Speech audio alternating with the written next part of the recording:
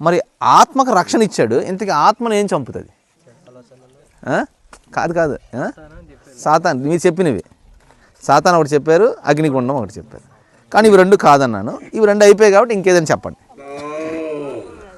ఏమా? అబ్బా పాపం అమ్మ, చప్పట్లు కొట్టండి, గట్టి కొట్టాల, గట్టిగా. అంటే ఆత్మను చంపే శక్తి దేనికి ఉందంట? పాపం. ఎవరు చేసిన పాపం? ఎవరు చేసిన పాపం? మన పాపం వల్ల మన ఆత్మ ఏమైపోద్ది? చనిపోతుంది. అంటే దేవుడు ఇప్పుడు మనకు రక్షణ ఇచ్చాడు కదా. దేని నుండి రక్షణ ఇచ్చాడు? మన పాపము మన ఆత్మని చంపకుండా దేవుడు మనకేమిచ్చాడు? రక్షణ. అంటే మన ఆత్మని చంపేది ఎవరంట? ఎవరి పాపం? మన పాపమే. మన పాపమే మన ఆత్మని చంపేస్తుందని దేవుడు మనకేమిచ్చాడు? రక్షణ ఇచ్చాడు. ఆ రక్షణ ఎందుకు ఇచ్చాడంటే మన పాపమే మన ఆత్మని ఏం చేస్తుంది? చంపేస్తుంది. ఇప్పుడు అర్థమైంది కదా ఎంత సంతోషకరమైన విషయం.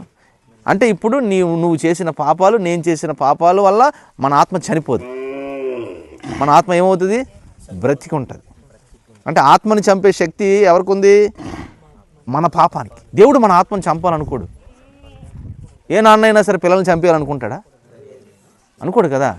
కానీ సాధారణంగా ఏమనుకుంటారంటే దేవుడు తీసుకెళ్ళి అగ్నిలో వేసేస్తాడు, దేవుడు ఎందుకు చేస్తాడు?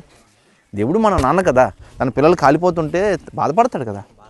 అందుకే నాన్నకు తెలుసు, నేను వెయ్యను బాబు నేను మిమ్మల్ని అగ్నిలో, ఆ పాపమే మిమ్మల్ని లాక్కెళ్ళిపోద్ది. అందుకే ఆ పాపం ఎలాగో మనం చేస్తాం కనుక దేవుడు మనకి ఏమిచ్చాడు? రక్షణ. అంటే ఎంత సంతోషకరమైన విషయం. మరి ఇంత సంతోషకరమైన విషయాన్ని బట్టి ఏం చేద్దాం? దేవుడికి మంచి. ఓకే, హల్లెలూయా.